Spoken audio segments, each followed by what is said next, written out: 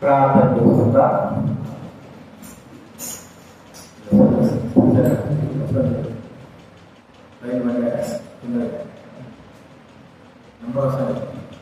ప్రేమగల తండ్రి, పరిశుద్ధమైన మా దేవ, జీవగలిగిన తండ్రి, నమ్మదగిన నమ్మకం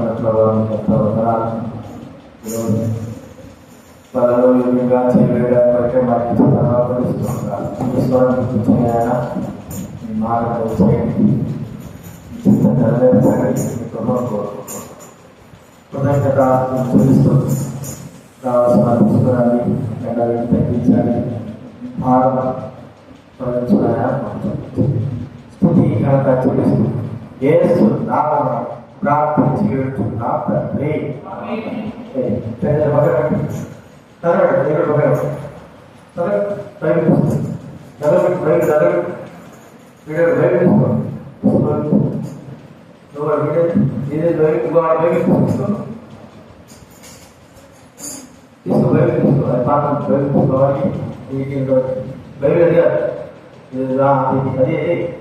అదే పాఠకు బైబిలీరా, బైబిలే పాఠం చేసినట్టు ఇదిరా విద్యార్థులు ఏదిరా మనకి బైబిల్ చెప్పాడు. మొదటి పత్రిక 11వ అధ్యాయం. బైబిల్ వెనక నుంచి వెనక పేజీ చూసుకో. వెనక పేజీ నుంచి బైబిల్ వెనక పేజీ నుంచి 152వ పేజీ. బైబిల్ వెనక పేజీ పైన పేజీ నెంబర్ ఉంటాయి. 152 పైన ఉంటాయి చూడండి. 152 బైబిల్ వెనక నుంచి 152వ పేజీ.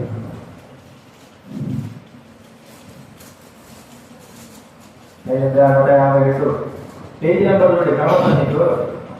అది 152 పేజీ. 10వ అధ్యాయం 16-17. 152వ పేజీ 10వ అధ్యాయం 16-17 పైన ఉంటారు. ఆలోచించకుండా ఉన్నవారండి. మనము దీవించు ఆశీర్వచనం పాత్ర త్రాగుట క్రీస్తు రక్తంలో పాల్పంచుకుంటే కదా,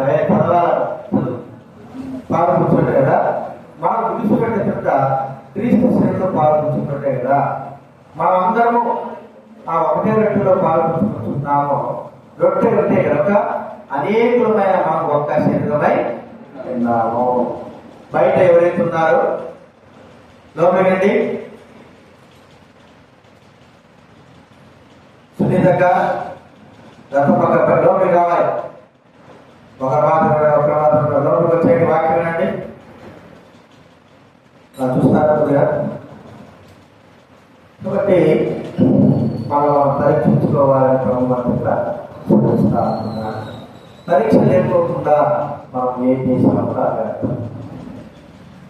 అంటే మనం పరీక్ష ఎందుకంటే మనము ఎలాగ నడుచుకున్నా అనే దాన్ని స్కూల్లో పిల్లలు చదువుతారు.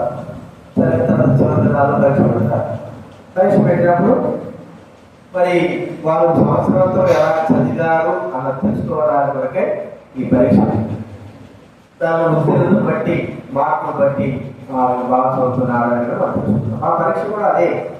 మనం పరీక్షించుకోవడం అంటే అర్థం ఏంటంటే మన జీవితాన్ని మనం పరీక్షించుకోవడం. ఎక్కడ తప్పిపోయినాను, ఎక్కడ ఆరోగ్యంగా ఉన్నాను, ఎక్కడ జీవితంలో దారి వచ్చాను, ఎక్కడ నాపైనే కష్టపడుతున్నాను అనే విషయాలు మనము గుర్తించుకోవాలి. ఇప్పుడు మరి ఎలాగా మనం పరీక్షించుకోవాలి? వారంలో చెప్పుకోవాలంటే దేవుడు మరి చూడండి, ఒక మాటకి కీర్తన బైబిల్ మధ్యలో బైబిల్ మధ్యలో నుంచి బైబిల్ మధ్యలోది బైబిల్ మధ్య అంటే మధ్యలో బైబిల్ మధ్యలో బైబిల్ మధ్య 650 మధ్య బైబిల్లో మధ్యలో 450 455 మిడిల్ మధ్యలో తెలుసా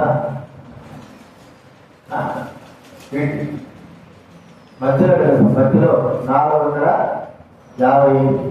అట్లా 450 ఎన్నో అధ్యాయం 3వ వచనం 4వ వచనం చదువుతుందా 455 చెప్తాను 3వ వచనం 4వ వచనం మనం కూడా కలిసి చదువుతుందా 8వ అధ్యాయం 3వ వచనం 4వ వచనం నీ చేతి పని అయినా నీ ఆకాశంలో నీవు కలగజేసిన చంద్ర నక్షత్రం నేను చూడగా నీవు మనుషుని జ్ఞాపకం చేసుకున్నట్టు వాడే పాటి వాడు నీవు నరపుకు దర్శించుటకు వాడే పాటి వాడు తర్వాత 5వ చదువు దేవుడు కంటే వాడిని కొంచెం తక్కువ వాడిగా చేసి ఉన్నావు మహిమా ప్రభావంతో వాడిని కిరీటం ధరింపజేసి ఉన్నావు మనిషిని మరి జ్ఞాపకం చేసుకోవడానికి ఏ పాటి వాడు ఆ ప్రభుదేవుడు అపవాది చేసిన పనికి అపవాదిని తరివేశాడు. అపవాది సృజించినప్పుడు తన యొక్క స్థానాన్ని కాపాడుకోలేక ఆశపడి గర్వించి దేవుడి స్థానం కావాలనుకున్న వ్యక్తినే తోసివేశాడు. సర్వ శక్తి ప్రభావం జ్ఞానం వివేచన అన్ని కూడా అపవాదించాడు. నిరుపయోగపడిన అపవాదించాడు. అయితే వానికంటే మనం గొప్పవాడు కాదు. ఈ మాట కూడా చూస్తే మనం ఎవరు కూడా గొప్పగా చేసుకోవడానికి గొప్ప అనుకోవడానికి యోగ్యత మన జీవితం మాత్రం లేదు. మనుషుని జ్ఞాపకం చేసుకుంటే వాడు ఏ పాటి వాడు, మనం జ్ఞాపకం చేసుకున్నాడు ఏ పాటి వాడు, మనం గుర్తు పెట్టుకోవడానికి ఏ పాటి వాడు. ఒక గొప్ప వ్యక్తి ఉన్నాడు అనుకోండి, మరి ఒక ముఖ్యమంత్రి మనం తీసుకుంటాం. లేకపోతే స్నేహితులమో తక్కువగా ఒక స్థానం ఉన్నవారు తీసుకుంటాం. కానీ ఏదైనా తన ఇంటిలో ఒక ఫేస్బుక్లో పెట్టుకున్నాడు అనుకోండి, పెద్ద మీటింగ్ పెట్టుకున్నాడు అనుకోండి, పండగ పెట్టుకుంటాడు అనుకోండి, మనల్ని అదే పనిగా మనం గుర్తు పెట్టుకొని మనం కార్డు కానీ పిలుపు కానీ ఇస్తే మనం ఎంత సంతోషిస్తాం. ఎందుకు తాను చేస్తున్న పని గొప్పది. ఒక రాష్ట్ర ముఖ్యమంత్రి సాధారణమైన వ్యక్తి ప్రజలలో ఒకరైన మనం గుర్తు పెట్టుకుని మనం ఆహ్వానిస్తే మనం ఎంత సంతోషిస్తామంటే అంత సంతోషిస్తాం. అయితే మనం గుర్తు పెట్టుకోవడానికి మనమే గొప్పవారు కాము అని గుర్తించుకోవాలి. మరి దేవుడు కూడా మన విషయం గుర్తిస్తే మనం ఏ పార్టీ వారము, మన గురించి చెప్పే మాట దుమ్ము ధూళి ఆవిరి మట్టి ఇలాగ ఎన్నో మనం చెప్పుకోవచ్చు. ఎన్నిక లేని వారు, గాలి, మాయ లాంటి వారు. అయితే మనం జ్ఞాపకం చేసుకున్నాం సాతాను కంటే మనల్ని గొప్పగా చేశారు కదండి. సాతాను కంటే గొప్పగా చేశారు. చూడండి, ఇంత గొప్పగా చేసిన మనము ఒకసారి సాతాను ఏం పోగొట్టుకున్నాడు, సాతాను ఏం దూరం చేస్తున్నాడు, దానిని దేవుడు మనకి ఇచ్చాడు. అది గుర్తించుకోవాలి. దాన్ని బట్టి మనం గుర్తించుకు ప్రభావం వానికి లేని బాధ్యత నాకు ఇచ్చినాను. ఇది నేను చేస్తున్నానా లేదా, ఇది నేను మరి నడుస్తున్నానా లేదా, గ్రహిస్తున్నానా లేదా గుర్తించుకొని మనం పరీక్షించుకోవాలి. మొట్టమొదటి మనం చూస్తా ఉంటే సాతానికి ఇచ్చినటువంటి గొప్ప బాధ్యత ఏంటంటే ఎల్లప్పుడూ సాతాను దేవుని నిలిచి ఉండి దేవుడు స్తుతించేటువంటి బాధ్యత ఇచ్చాడు. అవును కదా. స్వరమాల స్వరాన్ని హెచ్కేల్ గ్రంథం బైబిల్ మధ్యలో నుంచి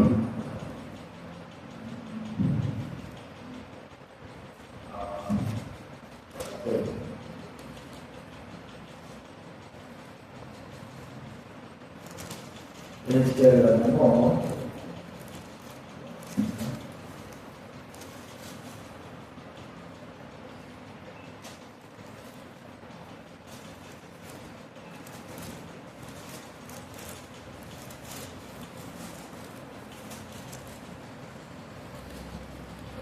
1 ఒక మూలకు తోయబడుతుంది.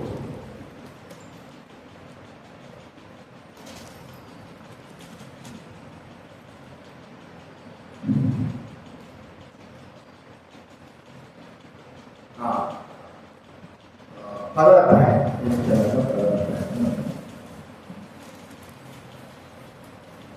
3వ వచనం 4వ వచనం చదవండి.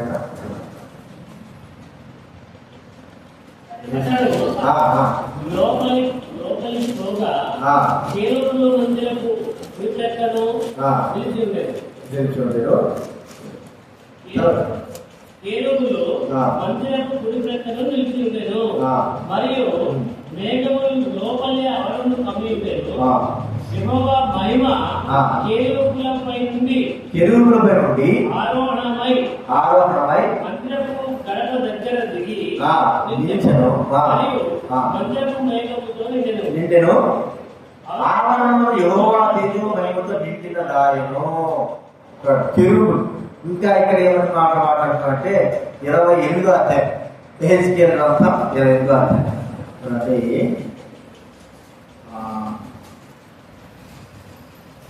28వ అధ్యాయము 13వ వచనం చూద్దాం.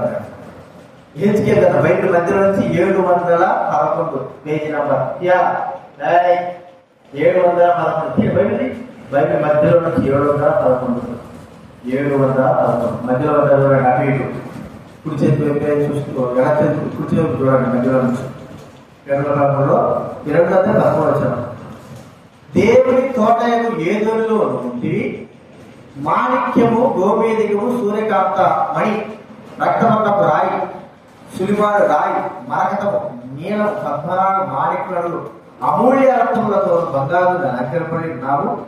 నీవు నియమింపబడిన దినమున పిల్లల గృహములు వాయించు వారికి సిద్ధమైంది. అర్థమైందండి. అభిషేకం కెరూబువై యొక్క ఆశ్రయం నిమిత్తివి. అందుకే నేను నిన్ను నియమించింది. నువ్వు దేవుడు ప్రతిష్ఠింపబడిన పర్వతం మీద నిమిత్తివి. కాలుచున్న రాళ్ల మధ్య నువ్వు సంచరించుచుంటివి. సాతాను మరి నియమింపబడిన దినాలు ఏమన్నాయట? ఇక్కడ మనం చూస్తాం. పిల్లల గృహములు వాయించారు. శాస్త్రులు పెద్దలు చెప్పి మాట్లాడంటే మంచి విద్వాంసుడు సంగీతకారు. ఎవరు? సాతాను. అతనిట సంగీతకారు. మంచి సంగీతంలో మరి సాతాను తెలిసిన ఆ యొక్క సంగీతము ఎవరిది? ఎందుకంటే దేవుడు సృష్టించాడు. దేవుడు గణపరిచే వ్యక్తిగా సాతాను చేశాడు. అయితే ఆ వ్యక్తి పోగొట్టుకున్నాడు. ఇప్పుడు ప్రాముఖ్యంగా మనం చూసింది ఏంటంటే సాతాను పోగొట్టుకున్న విషయం ఏంటంటే దేవుని సన్నిధిలో నిలిచి ఉండేటువంటి ఆ బాధ్యతను సాతానుడు పోగొట్టుకున్నాడు అని మనం గుర్తించుకోవాలి. చూడండి, సాతానుడు ఆ సన్నిధిలో త్రోసివేయబడ్డాడు, భూమి మీద పడ్డాడు. దేవుడు కలగజేసిన సృష్టిని చూశాడు. దేవుడు కలగజేసిన ఆదామం చూశాడు. వారికి ఇచ్చిన గొప్ప బాధ్యతను చూశాడు.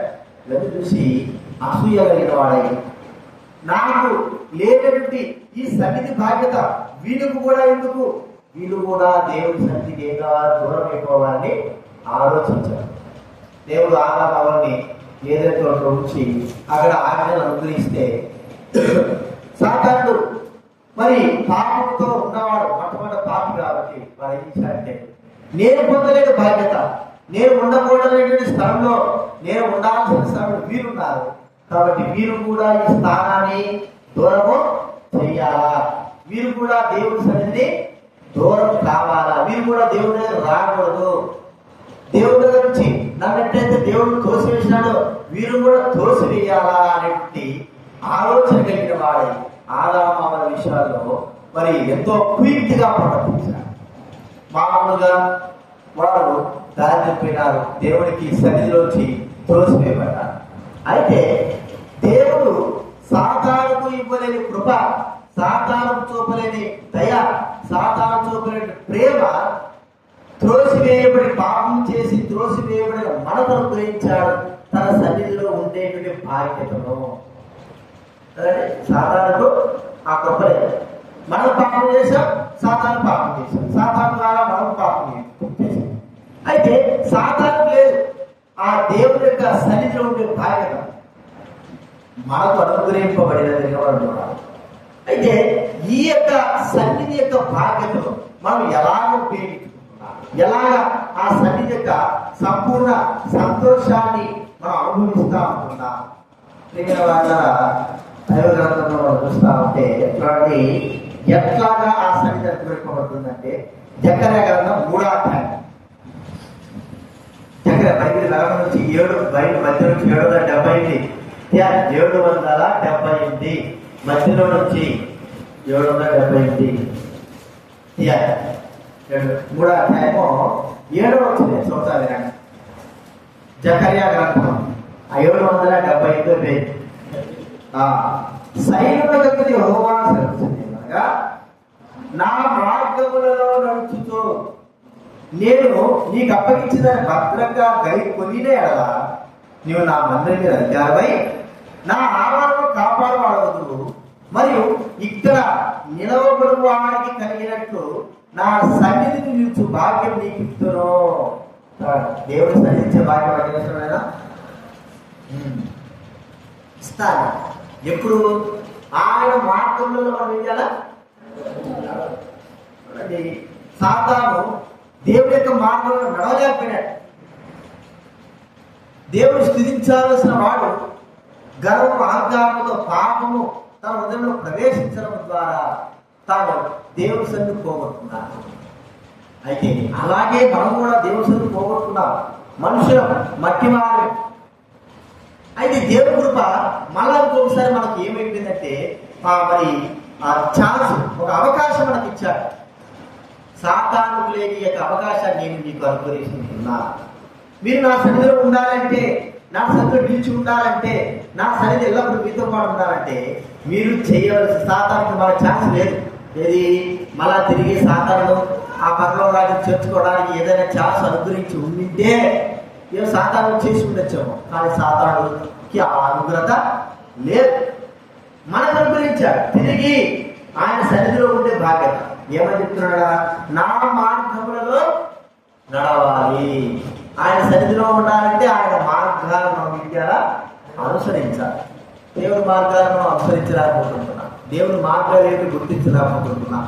మనము దేవుడి మార్గంలో వెళ్ళవలసిన వారము మరి దారి తప్పి వేరే మార్గంలో వెళ్తుంటున్నాం. దీని వల్ల మన బాలన్స్ ఒక మార్గంలో మనం వెళ్తా ఉంటే దారి తప్పినామనుకో, ఇక ఆ మార్గంలో మనము తిరిగి రావాలంటే వెనక్కి తిప్పుకోరావాలి. చాలా కష్టం, చాలా కష్టతరమైన విషయం. అయితే దేవుడు మనం చూస్తుంటే తిరిగి మనకు ఒక ఛాన్స్ ఇచ్చాడు. నా మార్గాలలో మీరు నడవండి. జీవ మార్గాలలో, మంచి మార్గాల్లో, దేవుడు వాక్యమైన మార్గాలలో నన్ను అనుసరించి నడవండిని ప్రభు మనతో మాట్లాడుతూ ఉంటున్నాడు. ఇది మనం ఆయన మార్గాలు తెలుసుకోగలుగుతున్నామా? ఆయన వాక్యం యొక్క మార్గాలు గ్రహించగలుగుతున్నామా? ఆయన మార్గాలు మనము అనుసరించగలుగుతున్నామా? మనం ఒకసారి పరీక్షించుకోవాలి. ప్రభా, నీ మార్గాలలో, నీ యొక్క అడుగుజాలలో నేను నడవలేకపోతున్నా. మార్గాలు అంటే ఏంటి? ఆయన చెప్పిన మాటను అనుసరించడమే దేవుడి యొక్క మార్గాలు. ఆయన వాక్యం యొక్క మాటను ప్రకారంగా జీవించడమే దేవుడి యొక్క మార్గాలు. ఇవి మనకు చాలా అవసరం. ఆయన మార్గంలో నడవక చాలా మంది ఏమైపోయినారంటే దూరం అయిపోయినారు. దేవుడికి దూరం అయిపోయినారు. నశించిపోతా ఉంటున్నారు. సాధారణ మార్గంలో వెళ్ళి మరి జీవ మార్గం కాకుండా నరకపు మార్గంలో వెళ్తా ఉన్నారు. ఇది మనం అంతా గుర్తించుకోవాల్సిన విషయం. కాబట్టి ఆయన మార్గాలు చాలా గొప్పవి, సత్యమైనవి, జీవం కలిగినవి, న్యాయం కలిగినవి, అనుసరించదగినవి.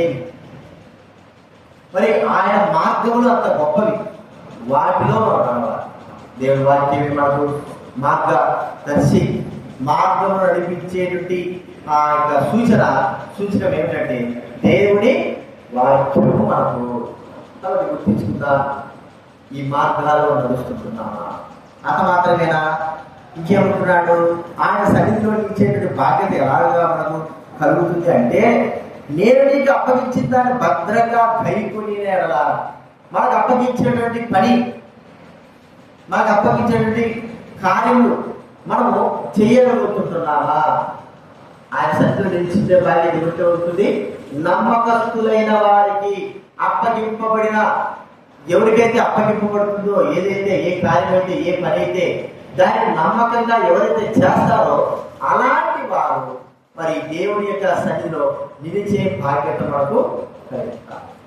కాబట్టి ప్రియమైన వాదన, దేవుడు మనకు అప్పగించినటువంటి బాధ్యతను, లేకపోతే ఆ అప్పగించిన ఆ బాధ్యతను మనం అనుసరిస్తున్నామా, చేస్తున్నామా? పని మనకు అప్పగించాలనుకోండి, అది దేవుడే మనకు అనుగ్రహించాడు. ఆ పని మనుషులు కాదు, అర్థమైందా? దేవుడే దైవికమైన కార్యం మనకు అనుగ్రహిస్తే దేవుడే ఆ కార్యం మనకు అనుగ్రహించాడు. వాటిని మనము చెయ్యాలి, అప్పుడే భద్రంగా కాపాడుకోవాలి. ఆ కార్యం కొరకై మనము చాలా జాగ్రత్తగా జీవించాలి. అప్పుడు మనము దేవుని సన్నిధిలో నిలిచేటువంటి బాధ్యతలు పొందుతాం. సైతాన్ యొక్క పని ఏమిటి? ప్రభువు స్తుతిస్తూ గడపస్తూ ఉండాలి. స్వరమండలాలతో, సితారాలతో దేవుడు ఆరాధించాలి. అవి వదిలేసి దేవుడి పైన హెచ్చించుకున్నవాడుగా, దేవుడి యొక్క మాటకు ప్రతిగా కాకోకుండా తాను గర్వించిన వాడు మనం చూస్తాం. చివరికి దేవుడి సన్నిధి కోల్పోయినాడు, అలాగే దేవుడి సన్నిధికి దూరం అయిపోయినాడు. ఎప్పటికీ కూడా ఆయన సన్నిధిలోకి రాలేక తన దూరంగా ఉండేవాడే మనం చూస్తాం. కాబట్టి ఆయన సన్నిధిని ఏం చేశాడు? ఆది ఆదాములు కూడా వారికి అప్పచెప్పినటువంటి పని ఏది? ఏదో తోట మీరు శ్రద్ధ చేయండి అని చెప్పాడు, ఏదో తోట కాయండి అని చెప్పాడు. అయితే వారు ఆ పని చేయలేకపోయినారు. అపవాదిగా కుర్తిలో పడిపోయి వారు పాపం చేశారు. తర్వాత వారు దేవుడి సన్నిధిలో ఉండకుండా వెళ్ళగొట్టబడ్డారు. ఇప్పుడు దేవుడు తిరిగి మనకు ఒక అవకాశం ఇచ్చాడు. నా మార్గాన్ని అనుసరించండి, నేను మీకు ఏదైతే చెప్పానో దాన్ని మీరు చెయ్యండి. ఈ రెండింటిని మనం ఎప్పుడైతే చేస్తామో మనం తిరిగి ఏ దేవుని సన్నిధిలో అయితే వెలగొట్టబడ్డామో ఆ దేవుని సన్నిధిలోకి మళ్ళా తిరిగి మనం వస్తాము. ఇది మనం గుర్తించుకోదగ్గ మొదటి విషయం. ఆ సన్నిధిలో వచ్చి సాతానుడు వెలగొట్టబడ్డాడు, మనం కూడా వెలగొట్టబడ్డాం. సాతానుడు మనల్ని పాపంలో ఉంచాడు. అయితే సాతానుడికి ఇవ్వని అవకాశం మనకు దేవుడు రెండోసారి ఇచ్చినాడు. ఆ అవకాశం ఏమిటి? ఆయన మాటలు నడుచుకోవాలి. ఆయన మనకు అప్పగించిన దాన్ని భద్రంగా కాపాడుకుంటూ ఆయన సేవించాలనే విషయం. దీన్ని మనం ఎప్పుడైతే గుర్తుపెట్టుకుంటామో, ఎప్పుడైతే నడుస్తామో, అప్పుడు దేవుడి సన్నిధిలో మన తొలివేయబడిన మనము తిరిగి దేవుడి సన్నిధిలో మనము రాబడతామని గుర్తుంచుకుంటాం. ఇది మొదటి చూసుకుంటున్నాం. రెండవదిగా సాతానుడికి సింహాసనం ఇచ్చాడు. అలాగే సాతాను కూడా ఒక సింహాసనం. ఇక్కడ మాట వాక్యంలో రాయండి. సాతాను సింహాసనం ఏంటి? నా సింహాసనం నేను చెప్పండి. చూడండి, నా సింహాసనం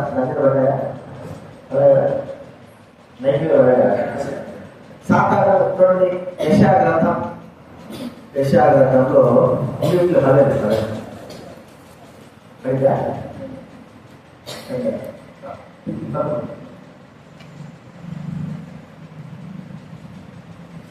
యెషయా గ్రంథం 14వ అధ్యాయంలో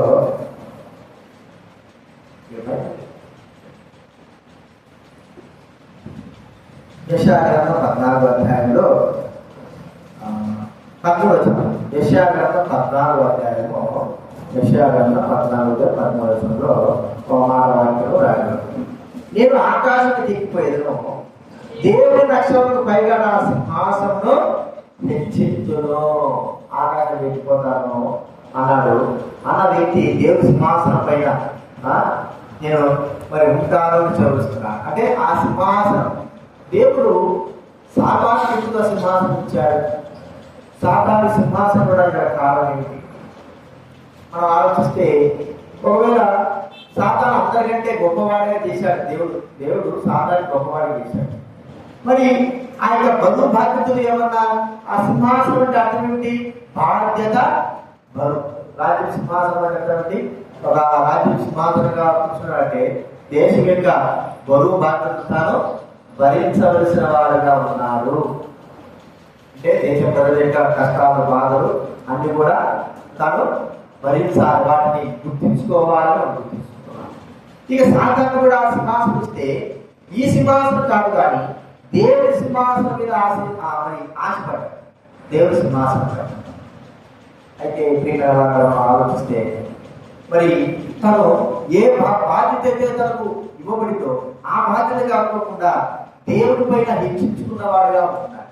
ఇది మనందరూ కూడా మరి ఎక్కడ కూర్చోబెట్టాడు మనల్ని? సింహాసనం పైన. ఎవరు సింహాసనం? ప్రభు సింహాసనం పైన. ప్రభు యొక్క బరువు బాధ్యతలు కూడా సింహాసనం కూర్చున్నారు. రాజు మధ్యలో ఉన్నాడనుకోండి, చుట్టూ అటు ఇటు సింహాసనం ఉన్నాయి. సింహాసనం మీద కూర్చున్న ప్రతి ఒక్కరికి ఒక్కొక్క బాధ్యత అనేది ఉంటుంది కదా. మంత్రి ఉంటాడు అనుకోండి, జ్ఞానంతో ఈ పట్ల ఎలా కాపాడుకోవాలనే ఒక బాధ్యత. అధిపతి, సైన్యంలో అధిపతి ఉన్నాడు అనుకోండి, సైన్యాలకు అధిపతి, సహస్రాధిపతి, సైన్యంలో ఉపయోగపరిచి దేశాన్ని ఎలాగ బాగుపడతారు ఒక బాధ్యత. మరి భోజనం అంటే ధనాన్ని సేకరించేవాడు ఉన్నాడు అనుకోండి, దేశం ప్రజల కొరకై ధనాన్ని, రాజ్య కొరకై ధనాన్ని సేకరించిన ఒక బాధ్యత. ఆహారం సేకరించేవాడు. అంటే సింహాసనం మీద కూర్చున్న ఒక్కొక్కరికి ఒక్కొక్క బాధ్యతలు ఉంటున్నాయి. మనం కూడా ప్రభు గారిని తనకి సింహాసనం కూర్చున్నప్పుడు మనకు కూడా ఒక బాధ్యత బరువు అనేది. దాన్ని మనం ఎలాగా స్వీకరిస్తుంటాం? ఏ బాధ్యత? దేని బాధ్యత? దేవుడి కార్యమైన బాధ్యత, దేవుడి మందిరం విషయంలో బాధ్యత, దైవ బిడ్డల విషయంలో బాధ్యత, బరువు బాధ్యత మనము కలిగిన వారంగా ఉండాలి. చాలా మంది నాకెందుకులే, నేను బాగుపరచాలి, నా కుటుంబం బాగుపరచాలి, నాకెందుకులే అనేటువంటి ఆలోచన కలిగి ఉంటారు. ఇది మనము చేయకూడదు. మన బాధ్యత సంఘంలో ఏమైంది? సాతాను దేవుడు సింహాసనం ఇస్తే సింహాసనం పైన దేవుడి యొక్క కార్యం కావాలంటాడే. అయితే దేవుడు మనం తీసుకుంటున్నా అతనికి ఇవ్వవలసినటువంటి ఆ బాధ్యత అంతా కూడా ఎవరికి ఇచ్చినాడు? ఇప్పుడు మనకు కొంచెము దేవుడు కంటే కొంచెం తక్కువ మనకు అనుగ్రహించాడు ఆ బాధ్యతలను. ఈ బాధ్యతలు మనం ఏం చేయాలా? సాతానుకు తిరిగి మళ్ళా బాధ్యత ఇవ్వచ్చు. మనం చూస్తే యోసేపు కాలంలో పొరవలిక మానవాళిక అధిపతి, భక్షకాల అధిపతి ఇద్దరు తప్పు చేశారు. అక్కడ రాజు తప్పు చేశారు. వాళ్ళు చరసాలు వేశారు. తల వచ్చి చెప్పారు. పానవాయుల అధిపతి, భక్షకాలు అంటే వంట, రాజు కావలసినటువంటి ఆహారాన్ని సిద్ధపరిచేవాడు. పానవాయుడు అంటే రాజు ఇప్పుడు అడిగినప్పుడు ద్రాక్షారసం ఇచ్చి రాజు సంతోషపరిచేవాడు. వాళ్ళ యొక్క ఉద్యోగాలు వారిద్దరు తప్పు చేశారు. ఎవరు తప్పు చేశారంటే భక్షకాలు అధిపతి వాడు తప్పు చేశాడు. అయితే ఇద్దరు కూడా జైలు చేశారు. ఇక్కడ మనం చూస్తూ ఉంటే ఒక వ్యక్తికి మరి దేవుడి ప్రభువు లేదు, రాదు అనుకునేపడ్డా ఏం చేశాడు? ఆ భక్షకాలు దాన్ని ఆ వ్యక్తిని చంపేశాడు. రెండో వ్యక్తి ఎవడు? పానవాయుడు. ఆ వ్యక్తికి ఏం చేశాడు? మొదటి వాడికి లేని బాధ్యతలో ఇచ్చి తిరిగి ఉద్యోగంలో పెట్టుకున్నాడు. అంటే ఒకటి లేకపోతే ఇంకొకటి ఇచ్చినట్టుగా. మనం కూడా అంటే సాతాను చేయలేకపోతే, సాతాను ఆ బాధ్యత స్వీకరించలేకపోతే, సాతాను తప్పుడు ద్రోహంలో వెళ్తే వాడికి ఇవ్వవలసిన బాధ్యతను, బరువులను ఎవరు కల్పించాడు చెప్పండి? వాడికి అవకాశం లేదు, వాడికి ఇవ్వడానికి దేవుడు ఇష్టపడలేదు. కాబట్టి అయితే ఈ బరువు బాధ్యతలను మోస్తున్నామా, నడుస్తున్నామా? మనం అనుకుంటా నేనొక్కనే నా బరువు బాధ్యత, నేనొక్కనే చేయాలా? మనకు ఇవ్వబడినది మనం మించిదేమి ఎవరు కూడా చేయలేదు. మన బరువు బాధ్యతలు మనం ఏం చేయాలా? భరించే వారుగా దేవుని యొక్క మరి మందిర బరువు బాధ్యతల్లో మనం కూడా భాగస్థులంగా ఉండాలి. ఇది సాతానికి. ఒకవేళ సాతానికి ఇచ్చి ఉంటే తిరిగి సాతాను సమకూర్చుకునేవాడేమో. ఆ సన్నిధి పోగొట్టుకొని భూలోకంలో ఎక్కడో ఉంటే మనం చూస్తుంటే ఎక్కడో చీకటిలో ఉంటున్నాడు. అయితే వెలుగులో నుంచి ఎక్కడికి వెళ్ళిపోయాడు సాతాను? చీకటి. దేవుడు మరో సదవకాశం ఇచ్చితే సమకూర్చుకునేవాడా? సమకూర్చుకునేవాడేమో సదవకాశం ఇచ్చుంటే. కానీ సాతాను సదవకాశము మనకిచ్చాడు. చూడండి, దేవుడు ఆదాముకు ఒక బరువు బాధ్యత పెట్టాడు. ఏమని? ఈ తోటను శ్రద్ధ చేయి, ఈ రెండు కాయలు చెప్పాడు. ఆ బరువు బాధ్యతలు కూడా వదిలిపెట్టేసి సాతానుతో పాటు వారు తప్పు చేశారు. తిరిగి ఆ ఏదైతే తోట అయినటువంటి దేవుడి సంఘం యొక్క బరువు బాధ్యతలు ఈ దినాన మనకు దేవుడు మన వశాన మనం ఎంతవరకు నడుచుకుంటున్నా, ఎంతవరకు ఆ బరువు బాధ్యతను బుధాలు వేసుకుంటున్నా, ఎంతవరకు సింహాసనం మీద కూర్చున్న మనము మనకివ్వబడిన ఆ ఆధిక్యతను బరువు బాధ్యతను భరిస్తూ నడుస్తామనుకున్నా అది మనం గుర్తించుకోవాలి. లోపలికి వెళ్ళిద్దరు లోపలికి మనము గుర్తించుకోవాలి. సింహాసనం అంటే అర్థం ఏంటి? బరువు మనందరూ కూడా తన సింహాసనం కూర్చొని పెట్టాడు కదా, కూర్చొని పెట్టాడు భూలోకంలో ఆయన కార్యాలలో మనం కూడా బరువు బాధ్యతలు మనము భరించాలి కదా. కాబట్టి ప్రభు మనతో మాట్లాడుతున్నాడు. దేవుడు ఆ బరువు బాధ్యతలు మనము కలిగి స్వీకరించాలి. ప్రతివాడు ఇతర బరువు కూడా పోయా యేసు కార్యంలో చూడాలి అని మనం గుర్తించాలి. 2-3 చూస్తామంటే మరి ఇక్కడ సాతాను దేవునికి ఎల్లప్పుడూ దేవుని సేవించేటువంటి ఆధిక్యత కోరుతున్నాడు. అంటే దేవుని సేవ ఆధిక్యత తాను పోగొట్టున్నాడు. కాబట్టి ఎంత గొప్ప భాగ్యం అండి!